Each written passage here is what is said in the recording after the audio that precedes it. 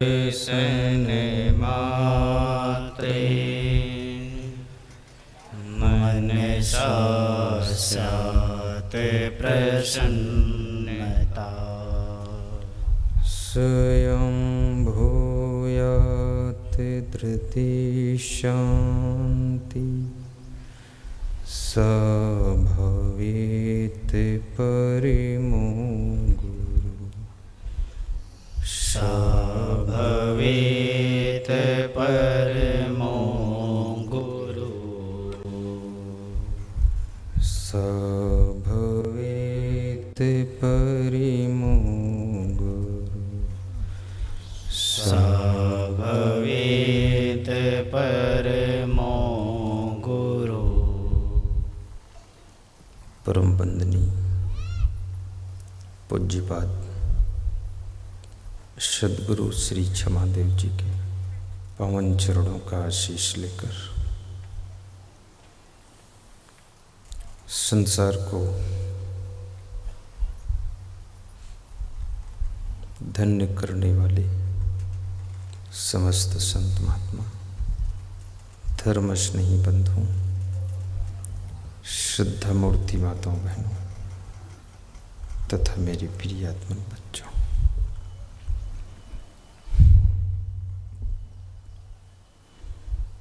सद्गुरु कबीर साहिब का शब्द जगत राम रमसी कौन दंड लागा, राम रमसी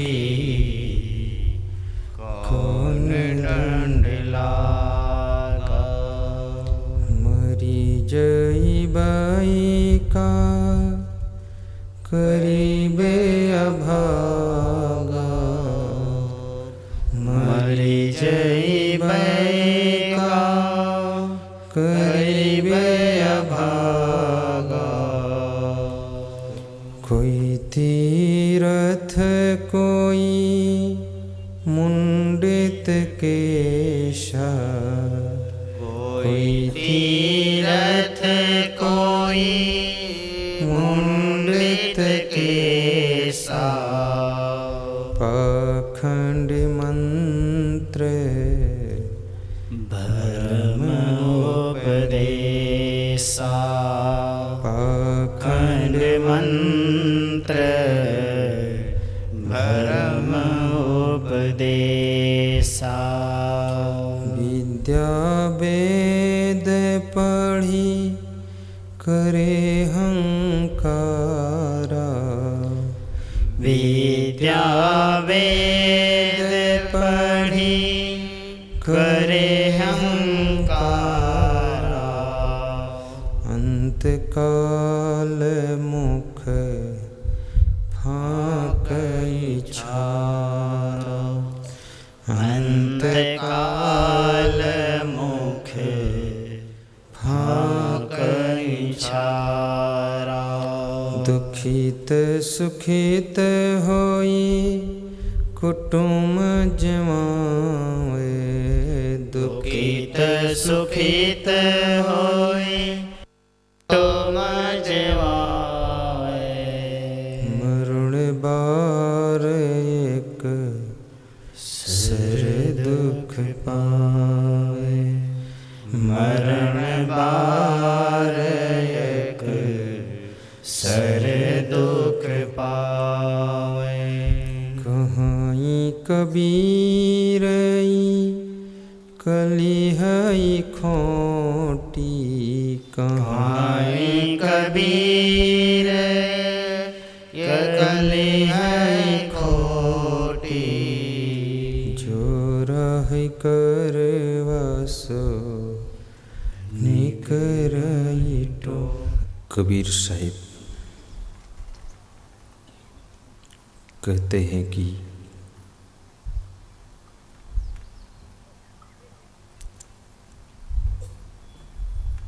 जीवन अमूल्य है, लेकिन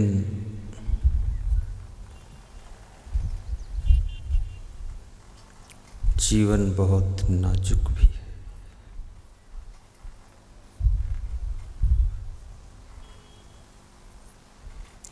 समय थोड़ा है, लेकिन बाधाएं बहुत है।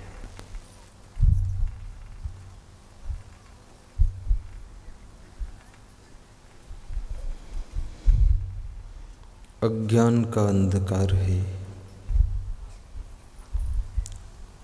जीव उस अंधेरे में भटकता रहता है। मृत्यु का समय निश्चित है,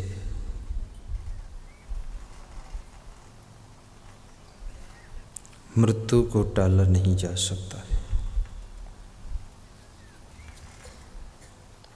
आत्मा अजर अमर अविनाशी है, शरीर क्षणभंगुर और नाशवान है। शरीर की मृत्यु होती है, लेकिन आत्मा की मृत्यु नहीं होती। बारंबार शरीर का जन्म होता है, शरीर का मरण होता है, लेकिन शरीर के संबंध में ये जीव रहता है। संबंध में रहने का दुख और सुख भी भोगता है। शरीर जड़ है, आत्मा चेतन है।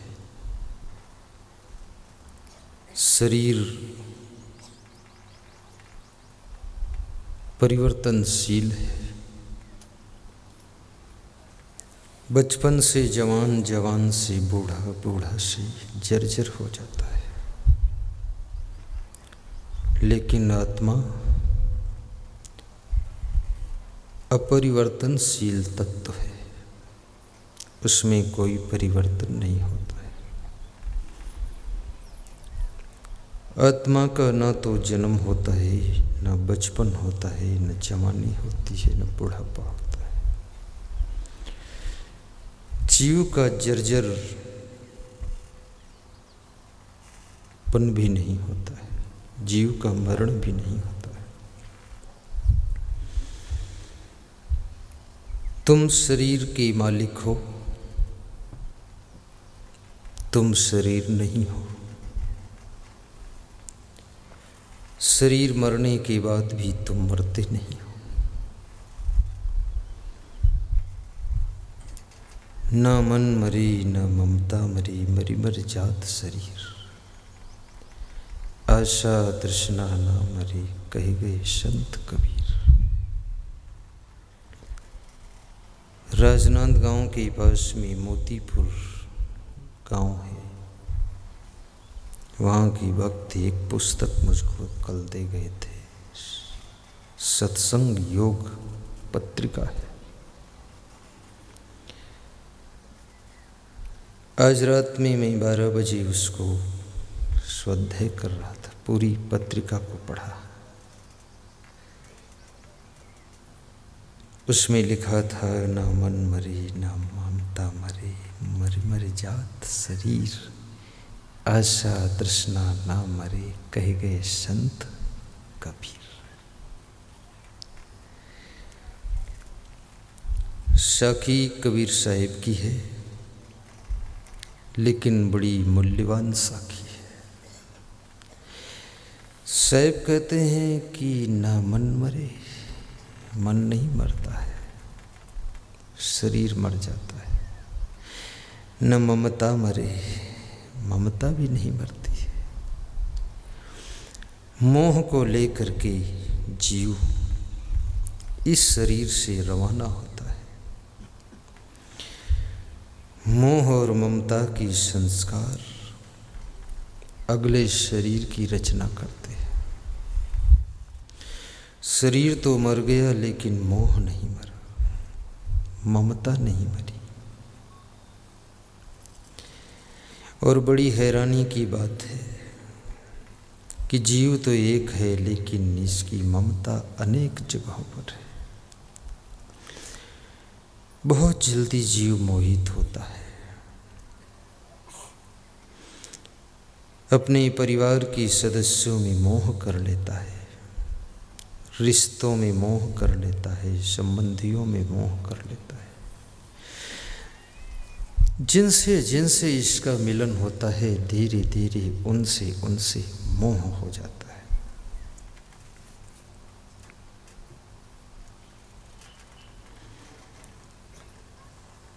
ममता बंधन भी है और दुख भी है। इसलिए हमारे गुरुदेव कहते हैं ममता को काटो और समता को स्थापित करो। समता, समता शांति को जन्म देती है, ममता दुख और उलझन को जन्म देती है। यदृच्छालाभ संतुष्टो द्वंद्वातीतो विमत्सरः समा सिद्धाव सिद्धो चकृतापि न निबद्धते। समा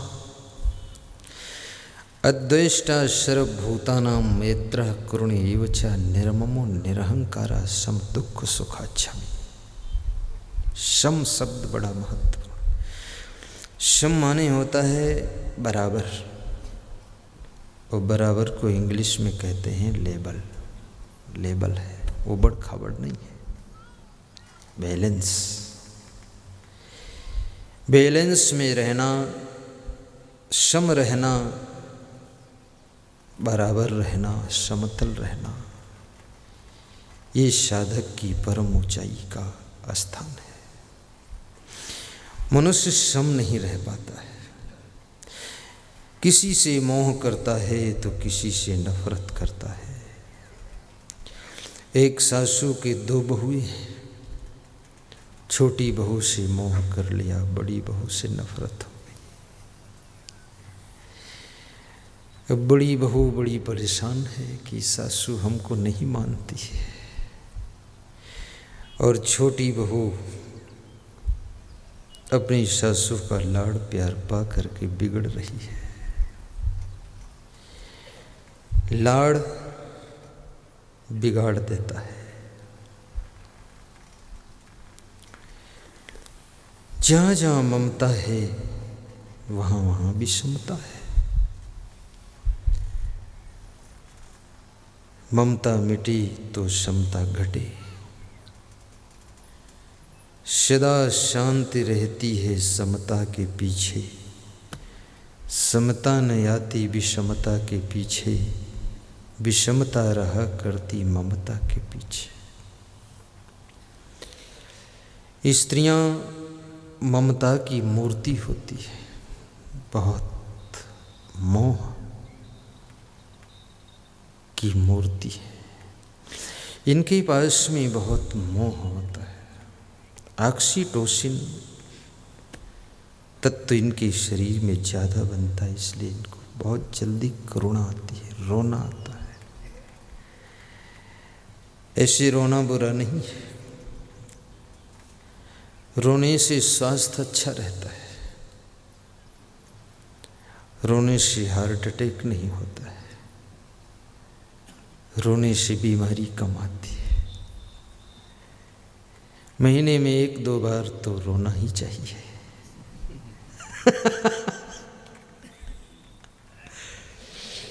और मैं कहूँ ना कहूँ, मैं मना भी करूँ तो मत रोना, फिर भी महीने में 2-4 बार तो सब रोते ही है। ये संसार रोने वालों का ही संसार है, यहाँ रोना ही रोना है।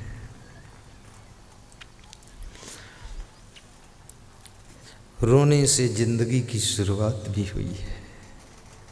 तुम्हारा जन्म हुआ है उस समय भी तुम रो रहे थे। तो जिसकी जिंदगी का शुभारंभ रोने से हुआ हो, श्री गणेश ही बिगड़ गया है, शुरुआत बिगड़ गई, उद्घाटन बिगड़ गया। उद्घाटन में रोना हुआ है, जन्म में रोना हुआ है, तो जिंदगी भर रोना ही चलता है। पुरुष खुलेआम नहीं रोता है, पुरुष को शर्म लगती है रोने में। पुरुष को डर लगता है कि रोऊंगा तो इज्जत का क्या होगा, इमेज डाउन हो जाएगी। इसलिए पुरुष को दुख भी हो तो भी ऊपर ऊपर नहीं रोता है, भीतर भीतर रोता है। लेकिन एक महिला सरल होती है, वो फिर इस बात की चिंता छोड़ देती है कि इज्जत रहेगी कि जाएगी। जहाँ जरूरत पड़ी तो बीच चौराहे पर भौं करके रो देगी।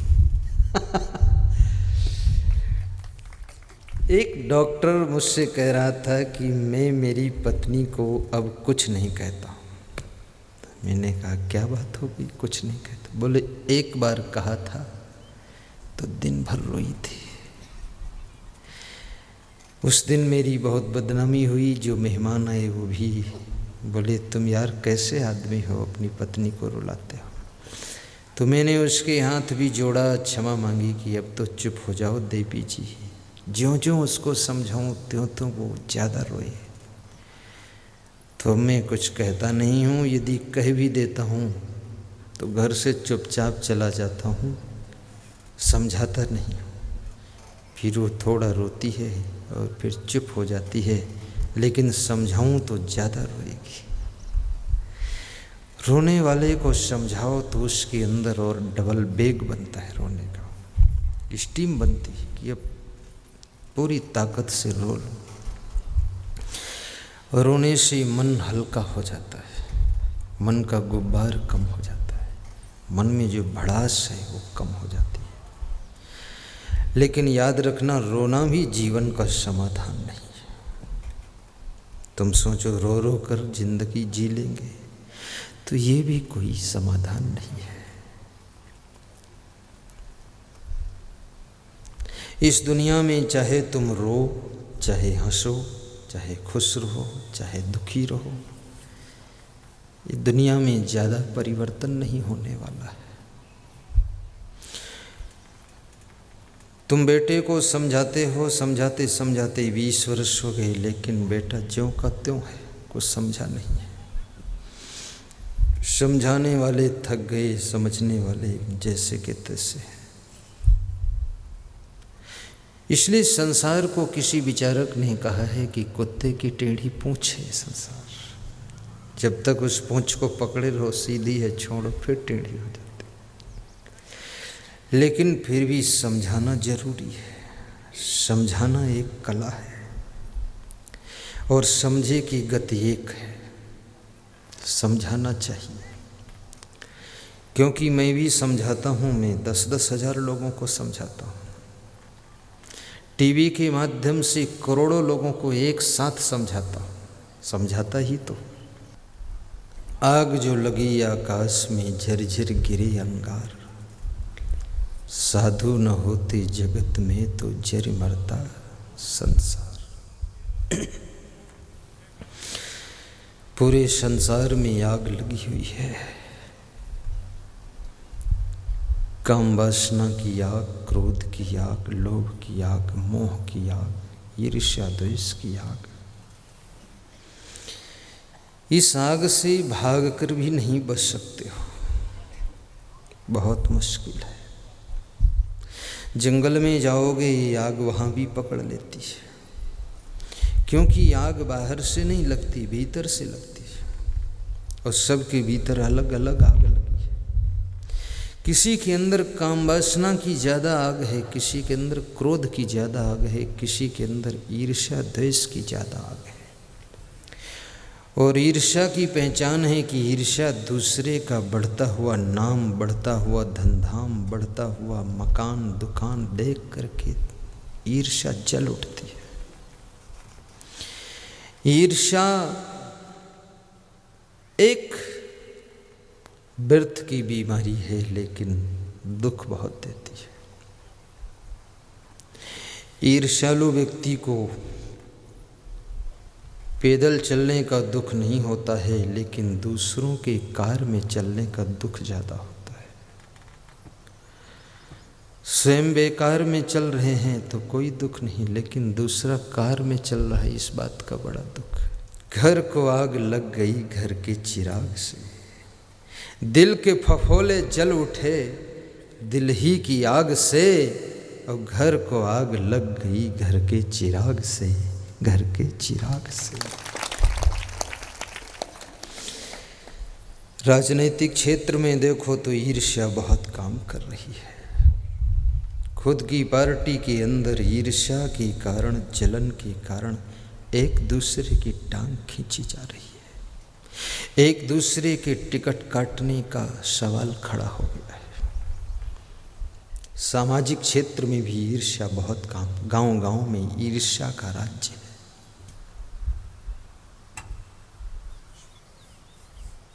समझदार किसी से कभी ईर्ष्या नहीं करता है।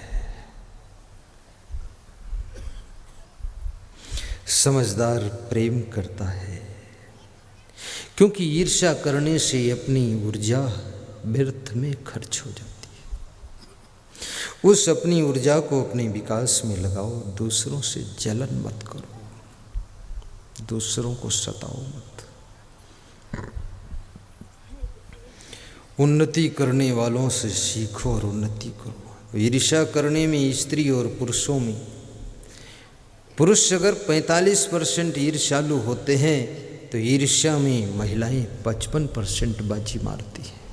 बहुत ईर्ष्या काम करती है। ईर्ष्या कर कर के दूसरों के सुखों को देखकर स्वयं दुखी मत हो। ईर्षु घृणीन संतुष्टा क्रोधनो नित्य संकिता पर भाग्योपजीवी खडेते नित्य दुखिता। विदुर जी कहते हैं ईर्ष्या करने वाला, घृणा करने वाला, क्रोध करने वाला, संतोष न करने वाला, दूसरों की भाग्य पर जीने वाला, सबके ऊपर संदेह करने वाला सदैव दुखी रहता है। ये 6 लोग दुखी रहते हैं। जिसको किसी के ऊपर विश्वास नहीं है बहुत दुखी रहेगा। किसी न किसी के ऊपर आपको भरोसा भी करना पड़ेगा। और मैं कहता हूँ कि आपकी ज़िंदगी ऐसी बने कि आप दूसरों के विश्वास को पूरा कर सकें, दूसरे के भरोसा को टूटने न दें। दूसरों ने तुम पे विश्वास किया है, उनके विश्वास को खंड खंड ना होने दें, उस विश्वास को जिंदा रखें। विश्वास बहुत बड़ी चीज़ है। एक बार तुम्हारा विश्वास खो गया तो क्या होगा? विश्वास बाजार में, दुकान पर नहीं मिलता है। तुम रुपये गिन रहे हो, सामने कुत्ता बैठा है, प्यास लगी है, कुत्ते के विश्वास पर रुपयों की गड्डियां छोड़कर तुम पानी पीने नल पे चले जाओ। लेकिन तुम्हारा भाई बैठा है, तुम रुपये गिन रहे हो, प्यास लगी है, तो नल पे पानी पीने जाने में संदेह खड़ा होगा कि भाई कहीं खिसका ना दे नोट। ये भाई है, एक ब्लड का है, एक माँ के गर्भ से पैदा हुआ है, लेकिन इसका विश्वास उठ गया। और कुत्ता मनुष्य भी नहीं है, कुत्ते ने विश्वास में बाजी मारी है। कभी चोरी मत करो। मात्रवत परदारेश परद्रव्येश लोष्ठवत आत्मवत सर्वभूतेश यह पश्यति सह पंडितः। नीतिकार से किसी ने पूछा कि पंडित कौन है? तो नीतिकार कहता है जो जिसके साथ में विवाह हुआ है उस स्त्री को पत्नी के रूप में देखता है। बाकी दुनिया की समस्त स्त्रियों में माँ का रूप देखता है, वह पंडित है। मात्रवत परदारेश, जो पराई स्त्रियों में माँ के रूप का दर्शन करता है। बहुत कठिन है। ज़्यादातर पराई स्त्रियों को देखकर लोग ललचा जाते हैं, पराई पुरुषों को देख कर के महिलाएं ललचा जाती हैं। और जिसको देखकर तुम ललचाते हो, अगर उसी के साथ विवाह कर दिया जाए तो 1 महीने में तुम हाथ जोड़कर कहोगे छुटकारा कैसे होगा। दूर के ढोल सुहावने हैं, दूर बाजा बजे तो आप मुड़ हिलाते, बड़ा आनंद आ रहा है। आपके पड़ोस बजे तो कहते कान फूटे जा रहे हैं। जिस पुरुष को देख करके तुम्हें लालच होता है कि ये पुरुष बहुत सुंदर है, ये मिल जाए तो अच्छा है, अगर उसी के साथ विवाह हो जाए 3 महीने बाद उसका मुंह देखने की इच्छा नहीं होगी। बहुत नालायक है वो। अभी तुमको पता नहीं है वो क्या क्या खाता है। तम्बाकू खाता है, बीड़ी पीता है, सिगरेट पीता है, शराब पीता है, पान खाता है, पुड़िया खाता है, और कुछ नहीं पाएगा तुम्हारी कान खा जाएगा। मात्रवत परदारेषु परद्रव्येषु लोष्ठवत, और दूसरे के धन में मिट्टी ढेला पत्थर का दर्शन हो।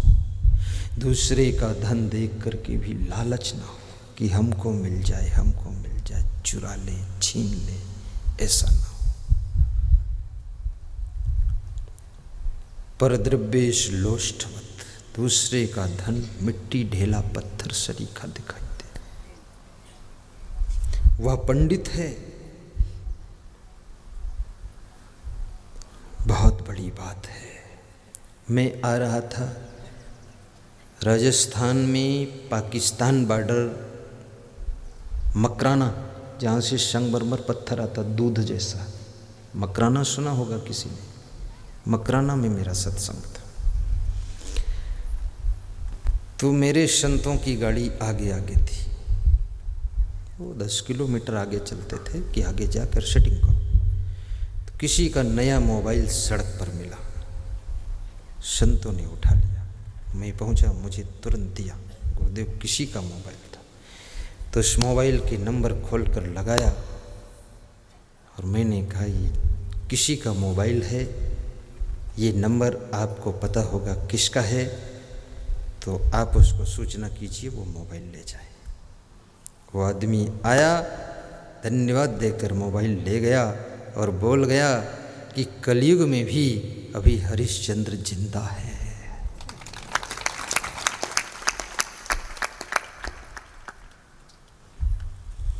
एक मोबाइल चुरा भी लो, रख भी लो, तो उससे कौन ज्यादा राजा हो जाओगे।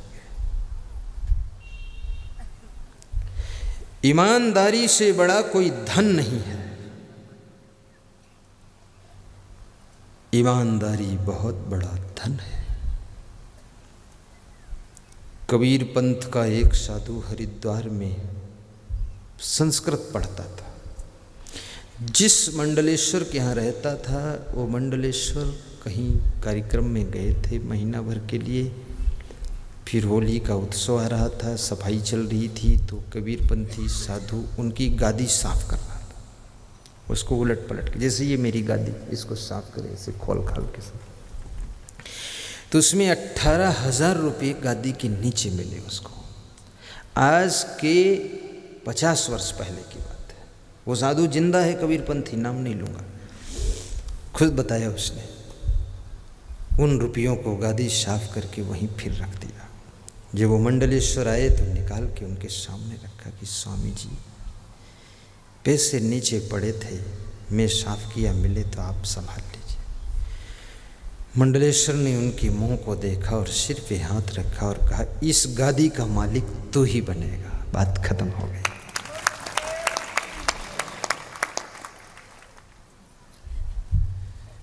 अपनी गादी के लिए चुनाव की तैयारियां शुरू कर दी।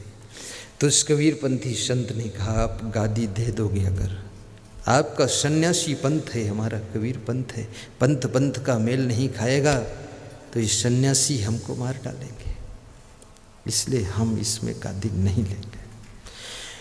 महान संत था, नहीं लालच में फंस जाता तो कबीरपंथी लालच में उलट पलट के सन्यासी हो जाता। नहीं लिया तो उस महात्मा ने उसको प्रणाम किया, कहा धन्य हो, न धन का लालच न गादी का लालच। उनको धिक्कार है जो धन के लिए, गादी के लिए अपने गुरु को भी 1, 2, 3.5 कर देते हैं। धिक्कार है उनको। कितने चेलों ने गुरु को निपटा दिया, जल्दी मोक्ष तक पहुंचा दिया। गुरुदेव खुश हो गए कि ठीक है बेटा, हम तुम्हारा मोक्ष करते, तुमने हमारा ही कर दिया जल्दी। गुरु मर गए। गादी का भी लालच न हो। मातृवत परदारेषु परद्रव्येषु लोष्ठवत। आत्मवत् सर्वभूतेषु यः पश्यति सः पंडितः। ध्यान दीजिएगा, कोई बात न करना। नीतिकार कहता है जो अपनी आत्मा के समान दूसरे की आत्मा को देखता है वह पंडित होता है। और 2.5 अक्षर प्रेम का पढ़े सो पंडित होए।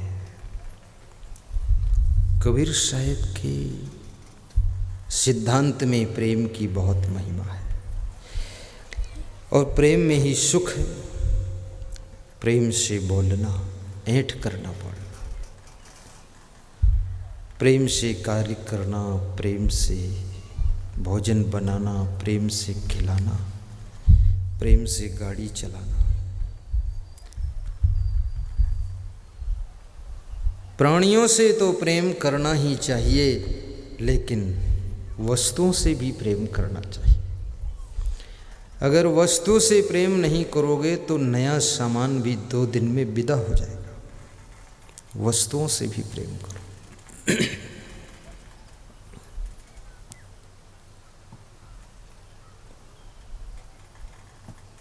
और प्रेम एक ऐसी शक्ति है जिसमें इंसान तो इंसान, भगवान भी बंध जाता है। महान पुरुष को बांधने के लिए अगर कोई उपाय है तो केवल उसको प्रेम में बांधा जा सकता है।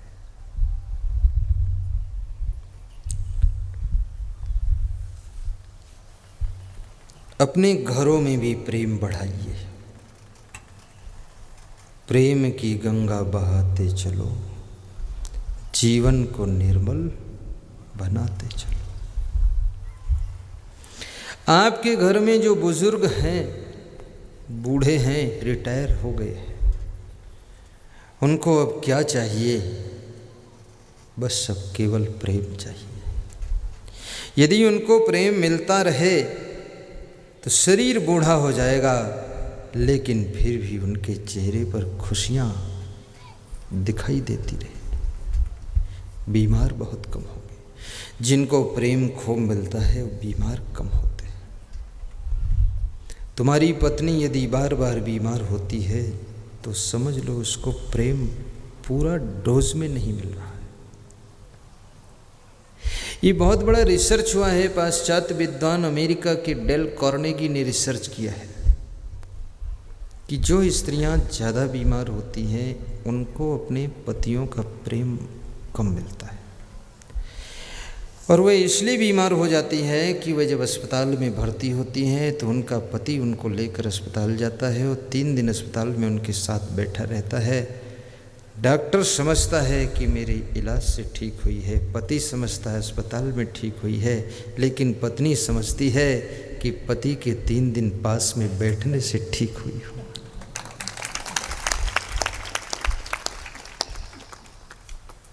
इसलिए पास में बैठना भी जरूरी है, बात करना भी जरूरी है, बात सुनना भी जरूरी है।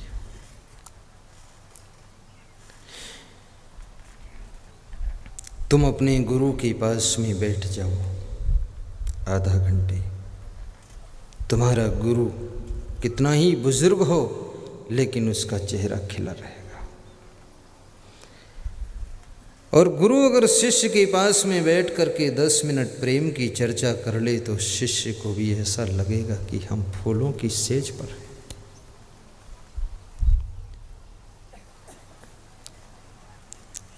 लक्ष्मण जी राम के प्रेम में ही 14 वर्ष तक जवानी अवस्था में अपनी पत्नी उर्मिला को छोड़ करके ब्रह्मचर्य का तप करते हुए कांटों पर चलते चलते पत्तों की सैया बनाकर सोते हैं।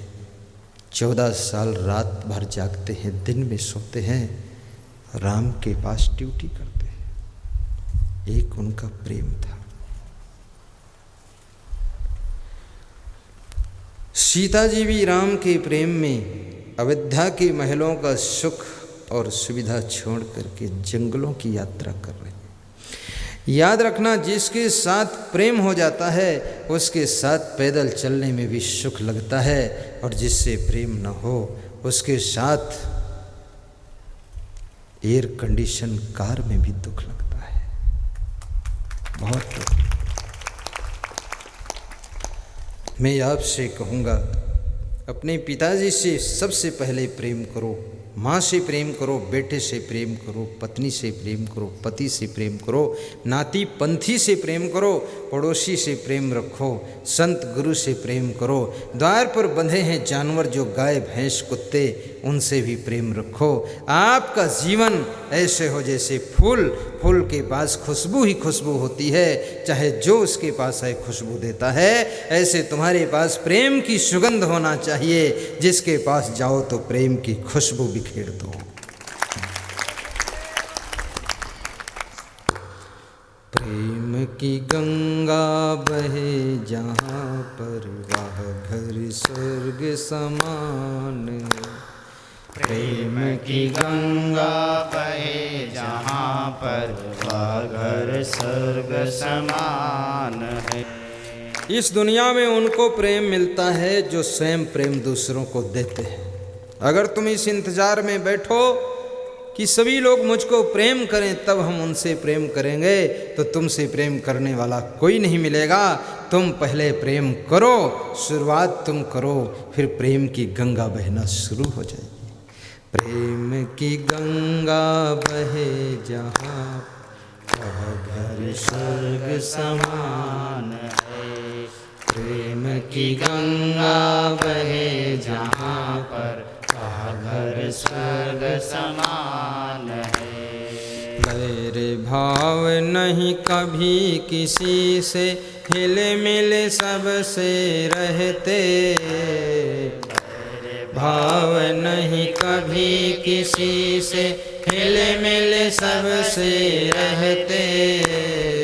हिले मिले सबसे रहते, हिले मिले सबसे रहते। जो कोई कड़ुआ कह देता, उसकी भी सह लेते, उसकी भी सह लेते। जो कोई कड़ुआ कह देता, उसकी भी सह लेते, उसकी भी सह लेते। खिले फूल खुशियों के जहाँ पर, होठों पे मुस्कान है। प्रेम की गंगा बहे जहाँ पर, वह घर स्वर्ग समान है। प्रेम की गंगा बहे जहाँ पर, वह घर स्वर्ग समान है। मृदुबाणी सुंदर स्वभाव, मृदुबाणी सुंदर स्वभाव, सभी सुखों की खान है। प्रेम की गंगा बहे जहाँ पर, वह घर स्वर्ग समान है। प्रेम की गंगा बहे जहाँ पर, वह घर स्वर्ग समान है।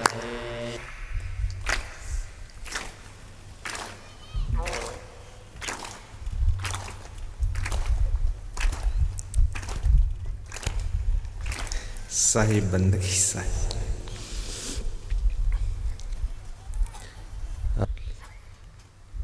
इस सत्संग से जो लोगों के जीवन में सुख आएगा, शांति आएगी, उसका पुण्य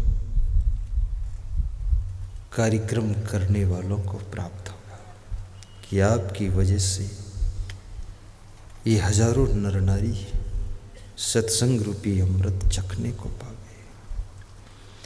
पेड़ तो कोई एक व्यक्ति लगाता है, लेकिन छाया हजारों लोग हजारों साल तक लेते हैं। हजारों पंछी उसके फल खाते हैं, हजारों जानवर उसकी छाया का आनंद लेते हैं। कुआं कोई एक व्यक्ति खोदता है, लेकिन पानी कितने लोग पीते हैं। सड़क कोई मिनिस्टर बना जाता है, कोई सरपंच बना जाता है, 50 साल तक लोग उस पर निकलते रहते हैं। ऐसे सत्संग तो कोई कोई गांव में होता है, किसी किसी ग्राम के लोग ही कराते हैं।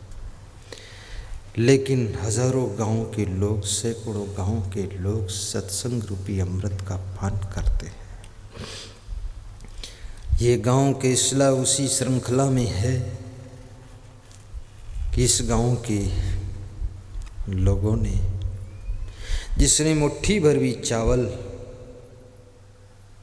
शरीर का सहयोग भी इस सत्संग में दिया है, वो पुण्य का भागीदार है। और कोई भी पुनीत कार्य हो, महान कार्य हो, सहयोग दो तो पुण्य है और सहयोग ना दो तो पाप नहीं है। लेकिन अगर उसमें विरोध करो तो जरूर पाप लगता है। किसी की कन्या का विवाह हो, तुम सहयोग दे दो, तुम्हारा पुण्य है। लेकिन सहयोग न दे पाओ तो पाप नहीं है। पर अगर सहयोग देने के बजाय विरोध कर दो तो पाप लग जाता है, पुण्य छीण हो जाता है। धन्य है आप सभी का प्रेम। साहिब कहते हैं कि कोई तीर्थ कोई मुंडित केशा, पाखंड मंत्र भरम उपदेशा। विद्या वेद पढ़ करे हंकारा, अंत काल मुख फांक छारा। साहिब कहते विद्या पढ़ करके अहंकार आ गया कि मैं विद्वान हूँ। विद्वान बनो, लेकिन विद्वान होने का अभिमान न करो। धनवान बनना गुनाह नहीं है, लेकिन धन का अभिमान गुनाह करा देता है। वृक्ष में फल आते हैं तो उसकी डालें झुक जाती है। तुम्हारे जीवन रूपी वृक्ष में धन बढ़े, गुण बढ़े, विद्वता बढ़े तो आपकी डालें झुक जाना चाहिए, अर्थात आप में नम्रता बढ़नी चाहिए, अभिमान न बढ़े। अहंकार दुख है, अहंकार द्वंद्व है, आलस्य पीड़ा है। जहाँ जहाँ अहंकार काम करता है वहाँ वहाँ पीड़ा बढ़ जाती है। विचार करना, मैंने सुना है एक राजकुमार जंगल की सैर करने गया, प्यास लगी, कुएं के पास गया, रस्सी में बाल्टी बांधा, कुएं में लटकाया। याद आ गया कि मैं राजकुमार हूँ, पानी भरना काहरों का काम है। बाल्टी खाली निकाल कर बाहर रख दिया।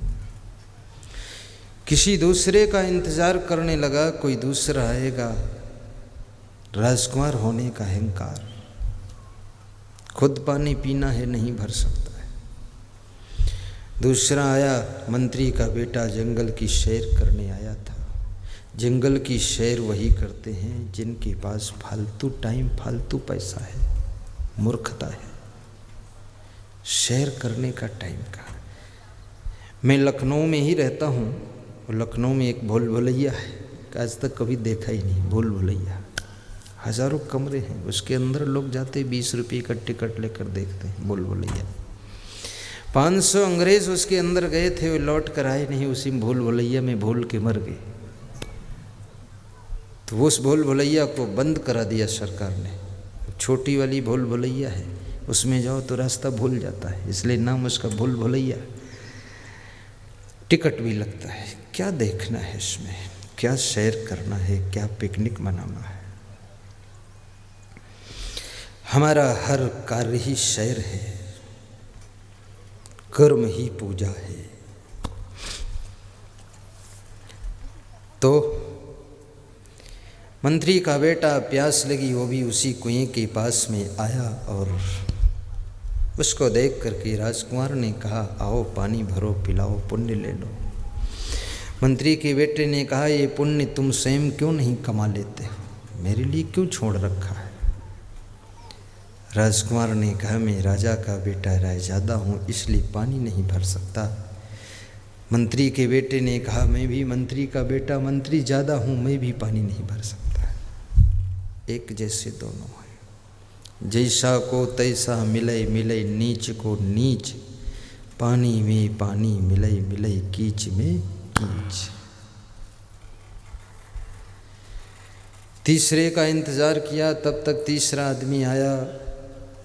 तीसरे को देखकर दोनों ने कहा, पानी भरो और पिलाओ। तीसरे को देखकर दोनों खड़े हो गए, बोले आओ पानी भरो पिलाओ पुण्य कमाओ। तीसरे ने कहा ये पुण्य तुम स्वयं क्यों नहीं कमा लेते हो? दोनों ने कहा कि हम राजा के बेटे राय ज़्यादा हैं इसलिए पानी नहीं भर सकते, हम मंत्री के बेटे मंत्री ज़्यादा हैं इसलिए पानी नहीं भर सकते, पानी भरना तो काहरों का काम है। तो तीसरा हंसा और बोला कि मैं अमीरों का बेटा अमीर ज़्यादा हूँ, मैं भी पानी नहीं भर सकता। तीनों एक ही मॉडल के मिल गए।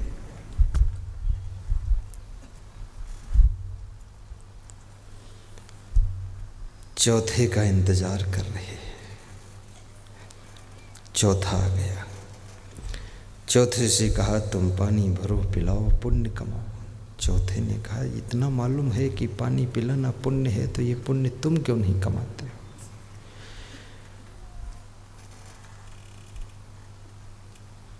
तीनों ने कहा कि हम राजा के बेटे रायजादा हैं इसलिए पानी नहीं भर सकते। दूसरे ने कहा मैं मंत्री का बेटा मंत्री ज़्यादा हूँ इसलिए पानी नहीं भर सकता। तीसरे ने कहा मैं अमीरों का बेटा अमीर ज़्यादा हूँ इसलिए पानी नहीं भर सकता। चौथा हंसा और बोला कि बड़ी हैरानी की बात है, तुम राजा के बेटे राय ज़्यादा हो तो मंत्री के बेटे मंत्री ज़्यादा हो इसलिए पानी नहीं भर सकते। आप अमीरों के बेटे अमीर ज़्यादा हो इसलिए पानी नहीं भर कर पी सकते। पानी भरना काहरों का काम है। तो मैं कौन हूँ आपको पता है? तुम राय ज़्यादा हो मंत्री ज़्यादा हो अमीर ज़्यादा हो इसलिए पानी नहीं भर सकते हो, तो मैं हूँ पक्का हराम ज़्यादा, मैं एक बूंद नहीं पिला सकता।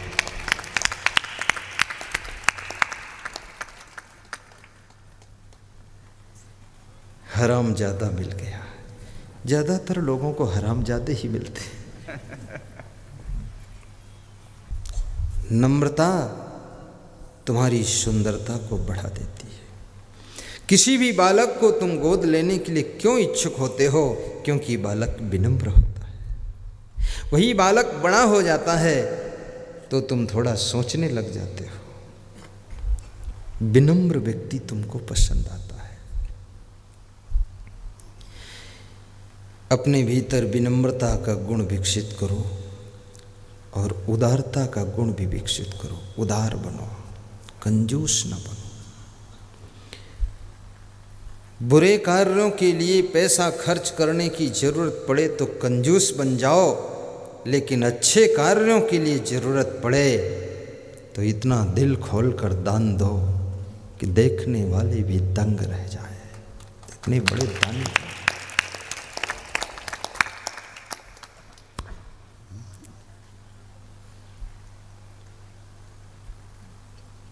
धर्म की रक्षा के लिए भी दान दीजिए, विश्व कल्याण के लिए दान कीजिए, गरीबों की मदद के लिए भी दान दीजिए। कहीं भंडारा हो रहा हो उसमें भी दान दीजिए। दान किए धन ना घटे कहे गए संत कबीर। दारू पीने से धन घटता है, दान करने से घटता नहीं। दारू पीना ऐसे है जैसे को बीज को आग में भून देना। बीज को आग में भून दो तो फिर नुकसान हो गया, बीज को खेत में बो दो तो फायदा होगा।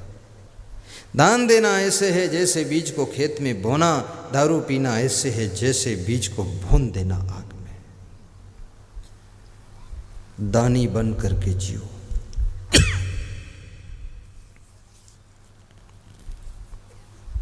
दान देना बहुत बड़ा पुण्य है। और दान केवल धन का ही दान नहीं है। कुछ ना हो तुम्हारे पास में तो प्रेम दान करो, किसी से प्रेम से बोल दो। समय दान दो, जैसे आज आपने समय दान दिया है। हम लोगों ने अपना जीवन दान कर दिया विश्व कल्याण के लिए, जिंदगी पूरी। क्या हम लोगों के परिवार नहीं है? सब है, माता पिता है, भाई बहन है, लेकिन मन है संत बन जाऊं, समाज के लिए जीऊं, केवल एक के लिए न जीऊं, अनेक के लिए जीऊं। और कितनी माताएं भी समझदार हैं, उनके मन में इच्छा होती कि मेरा बेटा संत हो जाए। इसमें कितनी माताएं हैं जिनकी इच्छा है कि मेरा बेटा संत हो जाए? हाथ उठाओ। 10 और उठाओ। इसमें ऐसी कितनी माताएं जिनके मन में इच्छा है मेरा बेटा चुट्टा हो जाए? कोई नहीं उठा। ऐसी कितनी माताएं जिनके मन में इच्छा मेरा बेटा डॉक्टर हो जाए? हाथ उठाओ, आशीर्वाद मिलेगा। डॉक्टर। 5-6 माताओं ने हाथ उठाया था मेरा बेटा संत हो जाए। किसी का बेटा ही संत बनता है। जीवन दान कर दिया। हमारे साथ में जितने संती बैठे हैं सब जीवन दानी है। जीवन दान कर दिया। ये वेतन नहीं लेते, ये नौकर नहीं है, चाकर नहीं है, मजदूर नहीं। ये 24 घंटे गुरु की सेवा, धर्म की रक्षा के लिए अभियान चला रहे हैं। ये भी किसी माँ बाप की संतान। इन्होंने विश्व कल्याण के लिए कर दिया जीवन दान। मैं आपसे कहूँगा, कम से कम जीवन दान न कर सको तो जीवन की कुछ कमाई, जीवन का कुछ समय अंश दान कर दो। अंश दान कर दो। अंश।